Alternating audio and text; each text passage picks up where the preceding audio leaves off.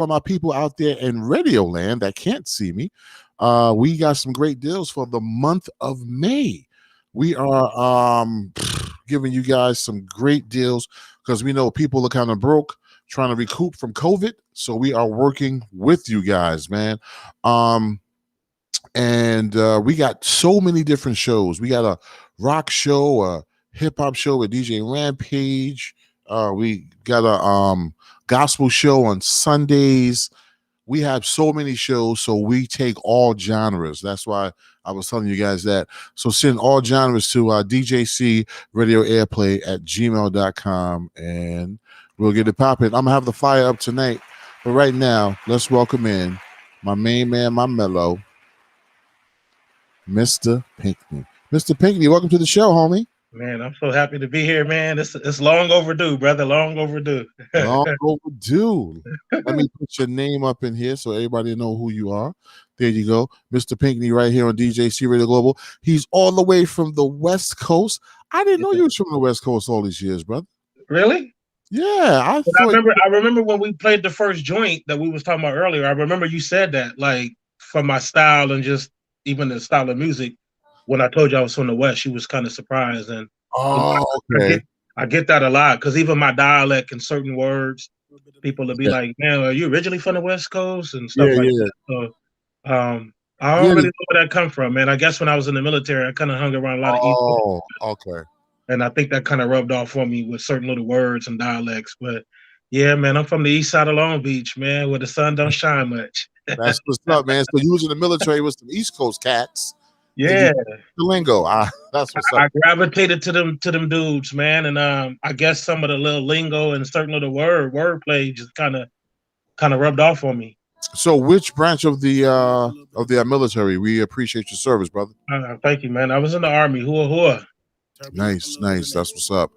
Mr. Pickney is a gospel rapper, guys. I've been playing his music for seemed like more than 2 years, but he just said it was 2 years. Yeah. Don't know how you came across me. Don't know how we met, but I was pleasantly surprised when he was sending me all that dope music for like gospel Sundays and stuff like that. How did you get started? That's my go-to question with everybody because I want people to know how you got into this. And I'm not just talking about like recently. About what were your influences as a kid?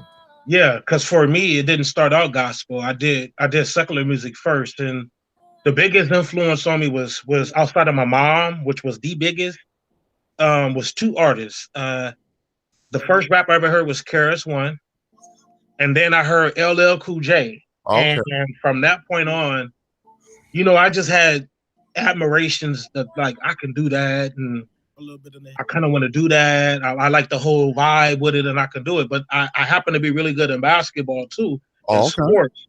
So my thing was really, basketball, football, baseball, sports, and music was just kind of like a go-to hobby, for the women and just things like that. I never really took it serious. Even when I did it in the secular, like I really never took it serious. I did it. People was like, man, your voice is dope. You got something. But for me, it was just like, I got a bunch of other stuff going on, and music is one of those things. And like I said, I did secular music, and then I hit a rough patch in life, man, where even my walk with God, I had to be really, really focused and serious. And I remember very vividly when I got home from the military and I got back into the church, I was told that God wanted that gift from me, and that the only way I was going to get the things that I wanted from the music is I had to really give it to him. And at that point, like life, I had to make a choice, and it took a minute. And then I had decided that I was going to do it and then do it for God. And then that birthed Mr. Pickney, the Christian artist. But I used to be analyzed when I was in the world, man. I used to be my thing, man. All right. And who were some of your idols then in that secular rap part? So it was still, like I said, KRS-One and LL Cool J played the biggest influence. Yeah. And then later on, the Snoops, because he's from my city, and the West Coast artists, Kendrick and them, that came later. But for me, it was about KRS-One and LL Cool J, man. They set the tone for me, man. Got you. Now you mentioned LL Cool J. People that are tuned in, please share, share, share. Happy Wednesday, people. This is the middle of the week. Hip Hop and R&B show, Wednesday, Thursdays, and Saturdays. Big shout out to my man Al J from Mama There Goes That Band. A very, very talented group. And you guys are going to be on the cover of a magazine soon. I forgot to tell you yesterday. But right now we have Mr. Pickney, gospel rapper out of the West Coast. And you mentioned LL Cool J. I was reading something today where people were politicking and they were like debating rather. Right. Jay-Z is in the Hall of Fame. And people were saying, how in the hell is Jay-Z there before LL Cool J? Right. Interesting, right? So do you agree with that? You know what? I do to a certain degree. Even I think you could argue the GOAT.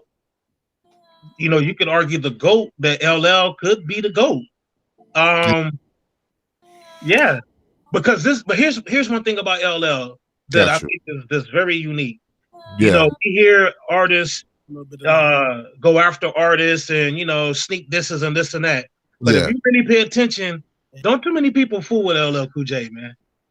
Like, think about that. Don't too many people fool with LL Cool J. They tread very lightly when it comes to LL Cool J. And I think it's the reason why, because if you really think about his commercial success, it's all the lovey-dovey songs, and we joke about the licking of the lips and all this other kind of stuff. But when you want to get down to some bars, it ain't too many people that can really see this dude. So when you really want to talk about the GOAT and you want to talk about longevity, it's just like when they say the GOAT in basketball. It's easy to say Michael Jordan. Some may say Kobe. Some may say LeBron. But I watched the interview the other day with Lamar Odom. Okay. And he was saying that the GOAT for him was Kareem Abdul-Jabbar. And I had to think about that. Like, wow. Like, for real, what are we measuring the GOAT on? So when you even think about music, what are we measuring the GOAT on? Is it just record sales? Is it bars? Is it a combination of everything? And I think that LL Cool J name should be thrown in there when we talk the GOAT. I really think that we sleep. Oh no, yeah, definitely. Like he was like one of the first ones that coined the phrase GOAT. That's it. He got the tattoo on his arm. Yeah, he got the tattoo on his arm. Yeah. So yeah, man. Big ups to LL Cool J, man. That guy was very influential on me even wanting to rhyme, man. I Need Love was my joint, dude. Yeah. That was my joint. So listen, I interviewed this dude named Muffler from the LA Posse. Right. A couple of weeks back. And I didn't know he did most of LL Cool J's music. That's dope. I didn't know that either. I thought Battle Cat or whatever the DJ dude, I thought he did majority of it and Ruben. Bobcat is from LA Bobcat, and I thought Rube did most of it. And Bobcat did most of the scratching, even on the records that DJ Cut Creator took credit for. Oh wow. I learned a lot since I've been interviewing people from the West and learned a lot, man. People thought that the West Coast came on the hip hop scene when Snoop and No. was at that Source magazine thing, but it was way before that. Russell, we had Tidy T. We had Egyptian Lover back in the days. Yeah. Even Ice-T was pioneering way back before Snoop and them. So it just wasn't a sexy thing, because it was really, when you think of the West Coast, you just think of gangster rap. Yeah. And so, even with me being from the West, a lot of people trip that I actually got bars and that I had something to talk about other than Crips and Bloods. Yeah. So, and that's the thing that I appreciate so much about Kendrick Lamar. He got bars. He actually says things, but he's straight from the West, straight from the hood. Yeah. But he doesn't keep it. And this is not a knock at anybody that keep it in that lane. Yeah. But that's how, like what I said in the beginning, that's the reason why a lot of times I don't really choose West Coast beats, because I don't want to be put in a box. Yeah, because all their beats still sound the same, like from the 90s, like that. That's it. Well, that's it. You know, when you hear a West Coast beat, it's sad. Yeah. Oh, that's the West Coast beat. That's the West Coast. Yep, you're absolutely right. So I didn't want to be put in that box like that. Yeah, so I tend to try to just. Plus, I'm just a music guy. I'm about if I feel it. I don't care if it's West, East. I rap to a jazz beat. Jazz is my favorite genre of music anyway. And that's a great genre to sample. Tribe Called Quest. Man. Oh, that's my group. You just said it. That's my group. That's how they made their living. They That's sampled it. everything jazzy and That's turned it. it into some hip hop funk. Dope, That's dope, dope. it. I For love those that combination. I love the combination. for those of you that just tuned in, you're with DJC Radio Global, the hip hop and R&B show. Tonight we have gospel rapper Mr. Pickney. And you're also a pastor, right? Yes, sir. A lot of Nice. people don't know that. I try to keep that on the low though a little bit because Oh. people get freaked out and they think they got to walk a fine line when they're around you and all that. Right. I don't want that. I want people to be comfortable. This is the choice I make, and whatever choice people make, it's their choice. So, but for the record, yeah, I'm an ordained pastor as well, man. Got you, brother. So I got to switch up my line of questioning. I'm just joking. That's what you don't want. You're like, come on, man. Big shout out to Theolonica Monk. Yes, the Thelonious Monk. Yep, they definitely took his music and they did that. Big shout out to RJ once again. Please, people, share. We got people joining. We have Mr. Pickney. We just chopping it up about different musical influences and current events and music. Now we're gonna get to Mr. Pickney. Mr. Pickney, what do you have out now?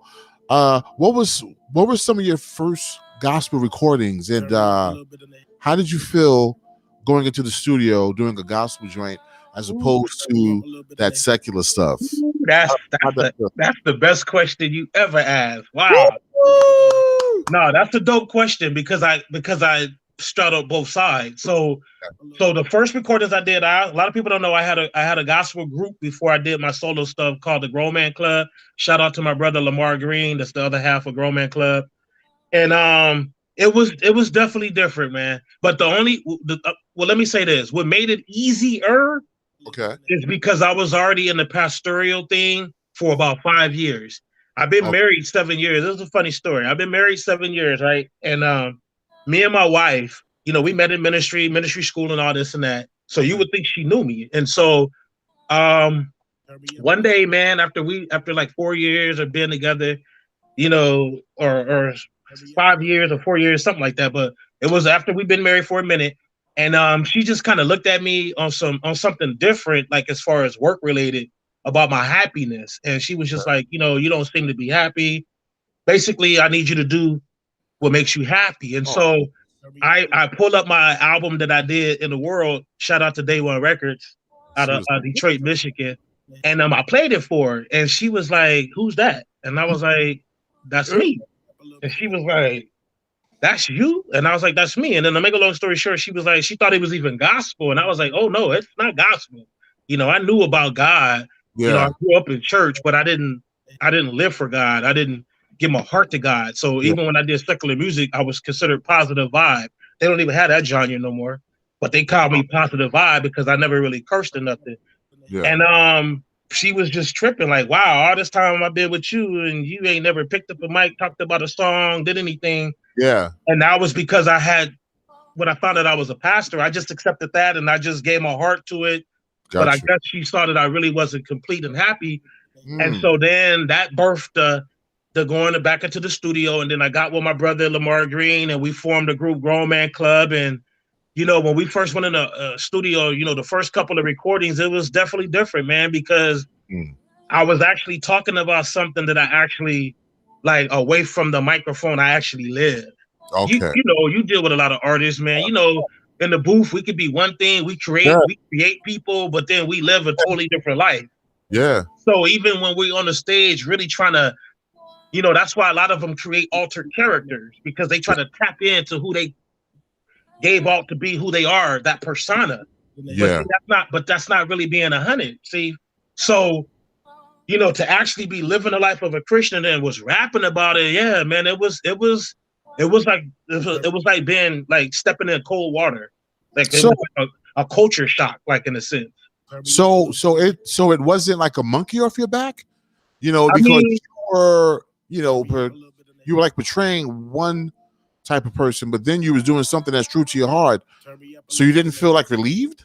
I mean, in a way, but you got to remember, I had stepped away from music for about 5 years, and I was just concentrating on the pastoral, and I almost really wasn't even going to trip off the music, but it was tugging at me, and I never would have really said nothing to my wife. If she wouldn't have brought it to the table, I would have never really said anything. but Oh man. God knew my heart. Like music is a part of me, man. I've been around music and dealing with music like for years. Like I said, I always took it as just something that I did.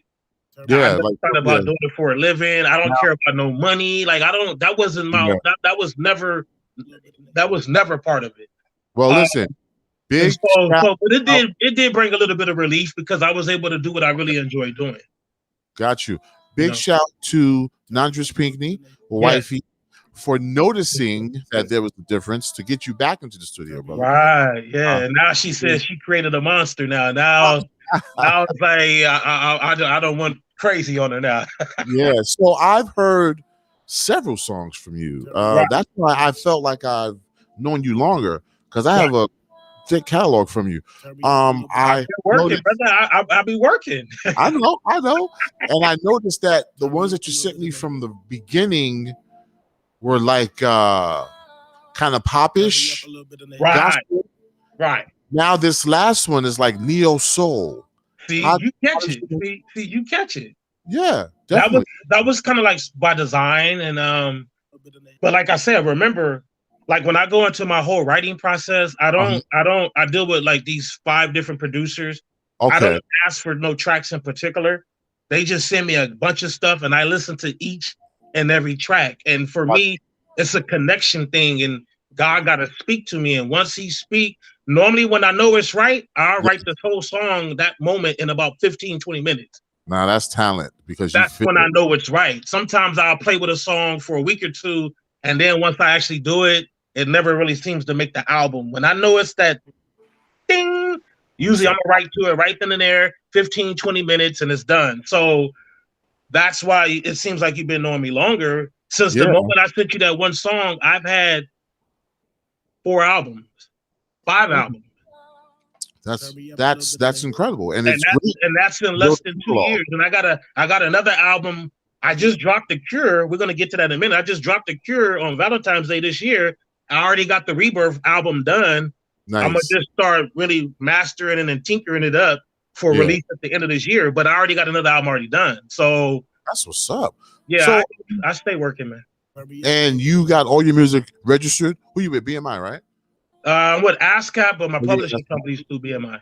Okay, cool. Now, what is your current joint that I have in the background playing right now? Change is coming? That's Change is Coming, a new single off the brand new album, The Cure. And yeah, that's what's rocking right now. All right. So what's Change is Coming about? That whole album and the whole theme of that album, we was in the middle of the pandemic last year. And I was just steady going into the studio recording, but I wasn't knowing why. God was giving me these songs and I was just recording, doing what I normally do. And then it started making sense. But Change is Coming. It was the day they were rioting after the George Floyd situation. Yeah. And out here in LA, they took to the streets and started rioting. And that night where I had the track already, I was already marinating on the track. And, God was like, I was praying to God and I wanted to do something with the song, but I wanted to do something special. I wanted to do something different. I felt like with all the social stuff going on, I didn't hear enough from the church. I heard the world was going out there like, let's protest, let's do this and that, but I wasn't really hearing a lot from the church. And I know that sometimes because we're Christians and maybe George Floyd, because he didn't say he was a Christian, then there's a disconnect, it seems like, from non-believers to believers. So I wanted those people that we lost through social justice, Breonna Taylor. Just stop for 1 second. I'm so sorry because you brought up a point, and I just want to ask you, is this true or not? Okay. So what is his name? What's that brother's name? Very intelligent brother. Oh my God. Dr. Umar Johnson. Yeah. Dr. Umar Johnson was on Hot 97 and said that in the last 10 to 20 years or 5 to 10 years, that the churches were guaranteed funding as long as they stay out of community and racial and political situations. Wow. And I was like, wait a minute, is that true? But then I'm thinking, like, in my days, if we had violence in the neighborhood, the church would come out and we would march down the avenues and all kinds of stuff. But I don't see that anymore. So is Dr. Umar Johnson right? If I had to choose between a yes and no, I would say he's right. Because just like you said, so what has changed? Exactly. There's more going on now, but yet there's less being said by the church. Yes. Now this is we can open up this to a whole nother, and we can go on and on and on. But for the surface and for the time of things, I see some truth to that. So that's why I wrote Change Is Coming, because I felt like I wanted those families and Breonna the Taylors, and I dedicated the whole third verse to everybody that we lost. And if you saw the video, I got them all in the video as well. But I wanted them to know that as a man of God first, and then as a citizen, I feel your pain. I understand what you guys is going through, and I want to be a voice for you guys too on this end to let you know that I see you and I'm hurt too, you know. And so that's probably my favorite song on the album, just because of that, and just because what the song stand for. I got a few other ones on there that a lot of people want me to shoot videos and they feeling, but for me, that was the song for me, man, because I pour my heart on that, because I'm a big humanitarian when it comes to things like that. And I took a little slack with it, because in the video I wore a sweater saying "All Lives Matter." Yeah. And people said that just because I'm Black, that I should be for Black Lives Matter. And I said that I'm for greater. I'm for all lives. I'm just saying include Black lives in all lives. Exactly. And they missed it.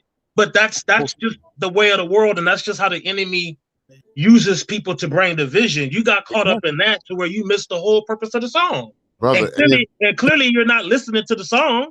Exactly, brother. Listen, I love my people.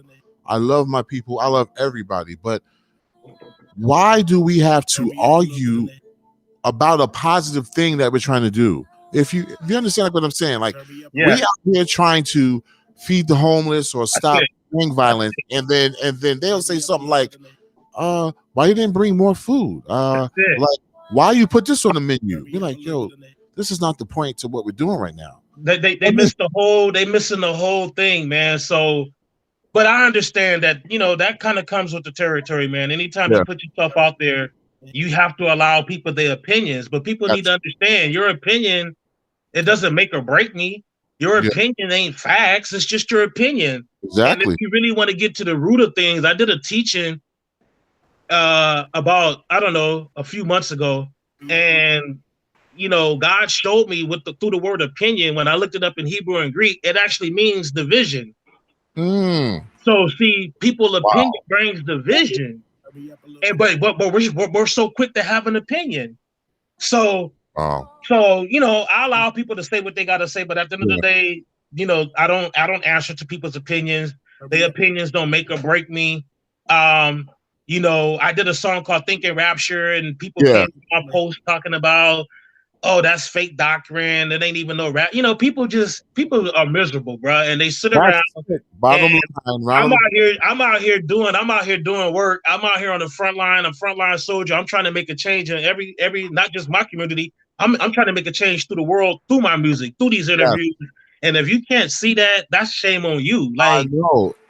People that have an opinion are the ones sitting home on not Facebook doing nothing all damn day, not doing nothing. Don't have the nerve to criticize people. But listen, let's not even talk about that. This is a positive interview. For those of you that just tuned in, you're rocking with DJ Cisco. That's my man, Mr. Pickney, gospel rapper. We have his song in the back, Change Is Coming. And we also have your video. The video is 6 minutes and 23 seconds. Yeah, man. I had to give y'all some meat, man. I wanted to make sure that we captured all those moments. And so my guy, shout out to L Boogie and MVP Productions, man. He nailed it. I gave him my vision, as I always do, and he went to work on it. And I'm very pleased with the video, and everybody else seemed to be pleased with it too. I'm getting a lot of good responses from it, so it outweighs. That's the moral of the story. The couple of little negative bumps in the road, it's outweighed so much by the positive that we don't even pay a lot of attention to the negativity, man. I don't know. And with that being said, let's get to the song so the world can hear it. This right here is Change Is Coming, Mr. Pickney, right here on DJC Radio Global. Keep it locked. We'll be back in a second. Turn me up a little bit in the Turn me up a little bit in the headphones, and cheer. Change is on the way. Change is coming, y'all. Hold on, stay strong. He ain't forgot about us. Cisco. Cheer.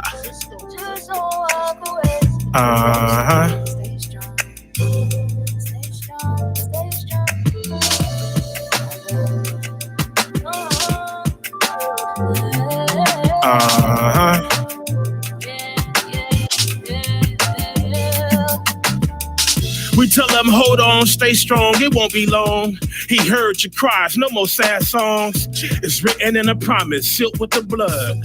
Spoken through the mouth of the prophets in love. With the hope you don't walk away, though we stray away. He never forsook us because he came to play. We walk by faith, not by what it looks like. Speaking his word, ignoring the hype. Persecution and lies are part of the pie. But greater is here as our final reply. Just don't walk away, stay strong. The battle not ours, he's calming the storm. Change is coming, my daddy all in. Delayed, not denial, he heard you calling. Change is coming, my daddy's all in. Delayed, not denial, he heard you calling.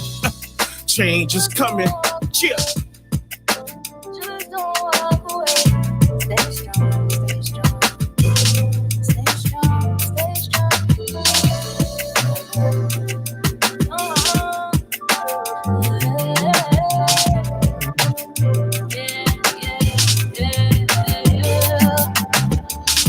We trust the process, nothing less.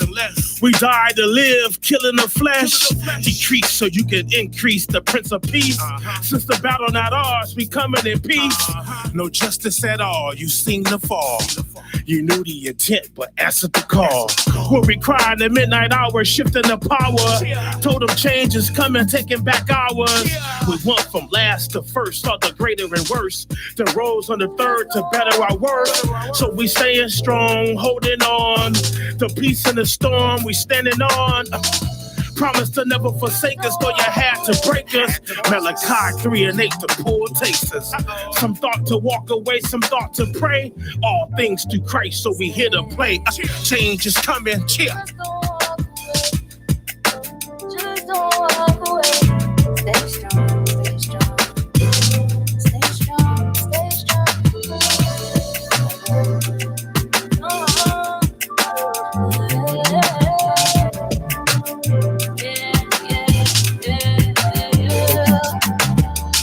The thought of Stephon Clark, I offer my heart. Yeah, the battle's yours, but I'm playing my part. We staying strong, holding on for Trayvon. We keep it at your feet until the battle's won. They gone, but not forgotten, still pushing and plotting. All live matters, now who's all in? We saying her name until the glory came. Though done in vain, we hoping for change. Picks of a knee on the neck like no respect. George fit in the description of a usual suspect. We seen it before, but we saying no more. Took a knee, but they still acting like they don't know. We told them we couldn't breathe to the third degree. Put it on tape, they still walking free. So I remind them of the greater in me. Since vengeance is yours, they resting in peace. Change is coming. Cheer. Just don't walk away. Stay strong, stay strong. Stay strong, stay strong.